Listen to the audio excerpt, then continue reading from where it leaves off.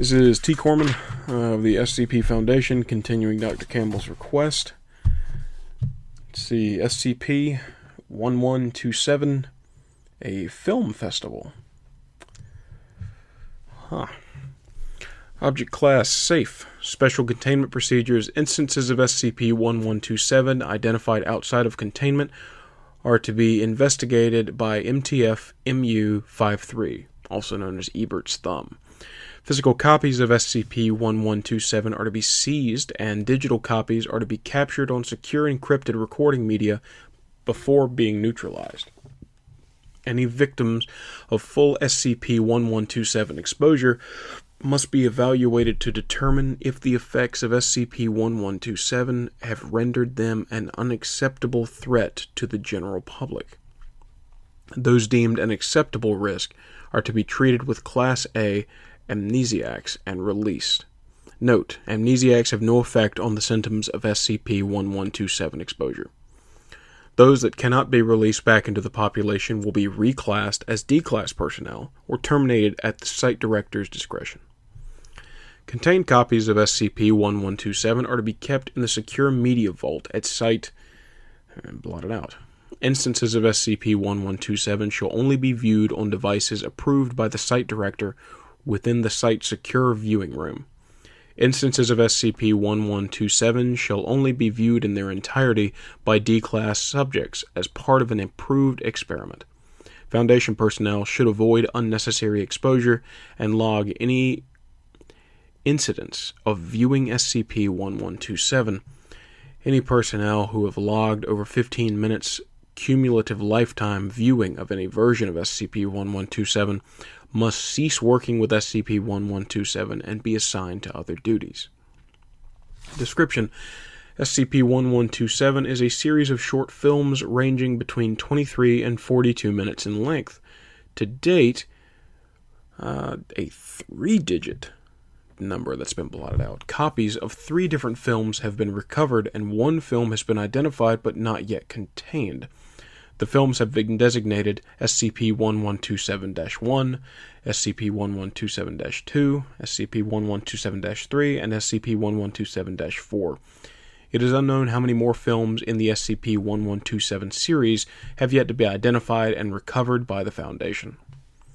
Each film is composed primarily of scenes clipped from other movies and shorts, with additional video from various other sources. Sound and dialogue have been added or modified, and a narrator character unique to each film appears, fully integrated into clips comprising the film, regardless of the original source of the material. The narrator provides commentary and occasionally interacts with objects and characters within the recycled footage. Anomalous properties present after a cumulative 20 minutes of exposure to the contents of any single film in the SCP-1127 series. Effects do not present when audio and video are perceived separately. Each film in the series produces a different effect in the viewer, but in each case the effect is a permanent disruption in normal behavior patterns, altering emotional reactions to various stimuli. And it looks like, I've got written descriptions of the films that we have. So, let's get started. Description of SCP-1127-1. Initial appearance. SCP-1127-1 first appeared on, date's been blotted out, at the, name's been blotted out, Movies 10 Cineplex in a blotted out city in the state of New York. SCP-1127-1 has been inserted into the first half hour of Redacted. Exits were blocked by persons unknown, and approximately, holy shit, that's a 3-digit number blotted out. People were exposed. Length, 23 minutes. Title, Were Clowns Always Yellow? Number 5. Narrator, a middle-aged man wearing an SS uniform, including a holstered pistol. His face is obscured by elaborate clown makeup. Identified video sources. The Sound of Music, 1965, The Night Porter, 1974, The Day the Clown Cried, 1972, Surf Nazis Must Die, 1987, Redacted, and archival footage from the World War II era. Sample narration. When our lives become the joke, humor becomes a war crime. The punchline is always death, and to get it is to abandon the pretense that getting it matters. Laugh at the reality that is laughing at you. Narrator draws his pistol and shoots, and name's been blotted out, in the back of the head. Effects from exposure. After exposure to SCP-1127-1, subjects will generally consider it the most humorous thing they've ever seen. Afterwards, subjects will express disturbance and disgust at any communication normally intended to be humorous. Most jokes will be seen as offensive, and videos of comedians or comedies will cause distress or revulsion. One Class D subject had to be physically restrained when shown an episode of Monty Python's Flying Circus after exposure. Conversely, communication that might normally be cause of distress prior to exposure, autopsy photos, graphic war footage, videos of public suicide, will be seen as amusing or funny. Conclusion. Victims of SCP-1127-1 exposure are deemed safe to re-enter the general population after administration of Class A amnesiacs. Okay. Description of SCP-1127-2. Initial appearance.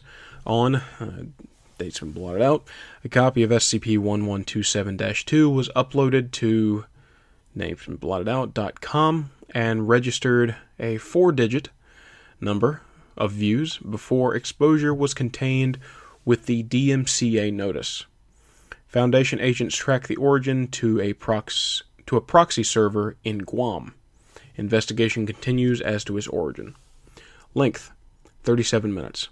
Title, Crazy Where? You Are. Number 0. Narrator, a female child approximately 12 years old, wearing a blue dress and a black domino mask. She carries a teddy bear that she slowly dismembers with a small knife during the course of the film. Identified video sources. Willy Wonka and the Chocolate Factory, 1971. A Three Stooges short, They Stooge to Conga, 1943. Faces of Death, 1978. La Planète Sauvage, 1973. Redacted. Various animated sources from 1930s until 1960s, including Bugs Bunny Nips the Nips, 1944, and the Tom and Jerry short The Midnight Snack, 1941. Sample narration, whispering during a clip of Bugs Bunny Nips the Nips. What are you afraid of? Violence. Afraid that violence is the answer. Or is it the question? Ask the question you are afraid of. You already know the answer. Pain doesn't hurt. Effects from viewing. After exposure, subjects will generally express no strong emotional response to SCP-1127-2 at all. Subjects also lose interest and emotional connections to things, activities, and people they had prior to exposure. Subjects will also react to dangerous and hostile environments with disinterest to the point that they will ignore immediate threats to their personal safety. Subjects also express a marked decrease in empathy and may injure or harm others out of curiosity. Conclusions. Victims of SCP-1127-2 exposure are unsafe to re-enter the general population due to the risk they pose to others. Description of SCP-1127-3. Initial appearance. During, date's been blotted out, an illegal UHF transmitter off the coast of, city's been blotted out, in Michigan, broadcast a loop of SCP-1127-3 for approximately 72 hours. Foundation involvement occurred subsequent to cease of broadcast. There's a 3-digit number of people were found to be affected. No copy of SCP-1127-3 has yet been recovered. Length, 30 minutes approximate. Title, All Comes with Yesterday. Number X.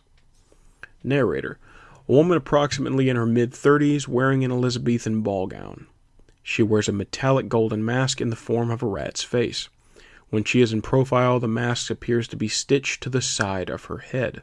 Some blood is visible. Identified video sources: RoboCop, 1987, Eraserhead, 1977, The Ten Commandments, 1956, Natural Born Killers, 1994, Dawn of the Dead, 1978, Apocalypse Now, 1979. Sample narration: monotone, 3-second beat between words. Desire, aspire, require, conspire, acquire, retire, expire, choir, pyre, liar, liar, liar, liar. Continue saying liar for several minutes. Effects from viewing. After exposure, subjects express an extreme discomfort with technological artifacts. They dislike any object that has been machined, processed, or otherwise manufactured. This applies not only to things generally considered technological, but to almost anything that is the result of human intervention in the environment, including clothing and anything beyond the most simple tool to use.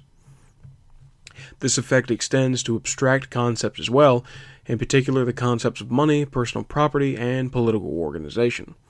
Conclusion: victims of SCP-1127-3 exposure pose little danger, but are unable to reintegrate into modern society. After administration of Class A amnesiacs, any individuals to be released must be placed in an institutional environment to be relocated to redacted, where they can be assimilated into the redacted population.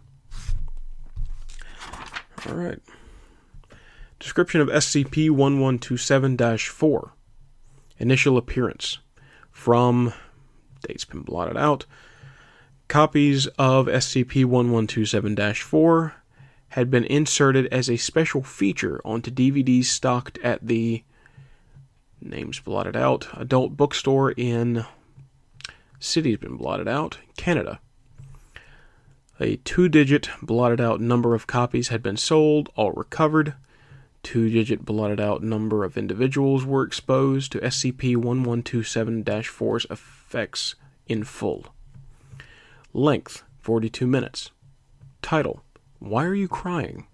Number: -1. Narrator: male in his early 20s, shirtless, wearing black leather pants and a leather mask obscuring his face. As the film progresses, welts and bruises appear on the narrator's torso without apparent cause. Identified video sources: Craymaster 3, 2002, Dog, the second part of the title has been blotted out, 1971, A Dirty Shame, 2004, Lolita, 1962, The Rocky Horror Picture Show, 1975, Salo o le 120, Gigante di Sodoma, 1975. Redacted. Various videos available on the internet, including... and there's a blotted out title. Sample narration. Do you want to close your eyes and run to mommy? Well, run to her then. Run to her and tell her all those sick things that make you want to puke and whip it out and jerk off while the warm shit smears across your naked skin, and she'll kiss it and make it all better because mommy knows what you want, what you always wanted, and she'll give it to you hard if you only have the balls to ask, because mommy loves you, and love ain't nothing but sex misspelled. Effects from viewing. After exposure, subjects will no longer be able to attain sexual arousal as they would have prior to exposure. Anything that they would have found erotic or stimulating prior to exposure will become, at best, an object of disinterest, and occasionally it will become the source of revulsion. Instead, the subject will have acquired new and apparently random subjects and or actions they consider erotic and or stimulating. All subjects lose the ability to be stimulated by fantasizing or use of pornography, and must actively engage in their acquired fixations in order to become aroused. New sexual interests may be relatively benign. Sadomasochism, coprophagia, acrotomia, tomophilia, partialism, klismophilia, misophilia, voyeurism, exhibitionism, potentially harmful or criminal, asphyxiophilia, zoosadism, or actively dangerous and likely to cause harm to the subject or others, biastophilia, pedophilia, necrophilia, ampontimnophilia, vorarophilia. Some of these got to be fucking made up, Dr. Campbell. This is this is fucking nuts. For shit as simple and weird as I'm sure some of these things are describing, simpler words, man. Come on. It just work security. Shit. Conclusion. Disposition of victims of SCP-1127-4 is dependent on evaluation of their acquired paraphilia. Because of the necessity of the subject to act on these desires to achieve any form of sexual function, any subject expressing a paraphilia that requires a non-consensual partner or a partner that cannot legally consent, and or risks actual permanent physical harm or death of the subject and or partner shall be deemed unsuitable for release. Well, at least that part makes sense. It looks like all for the for this award-winning film festival, Dr. Campbell. Holy shit. That was SCP-1127, a film festival.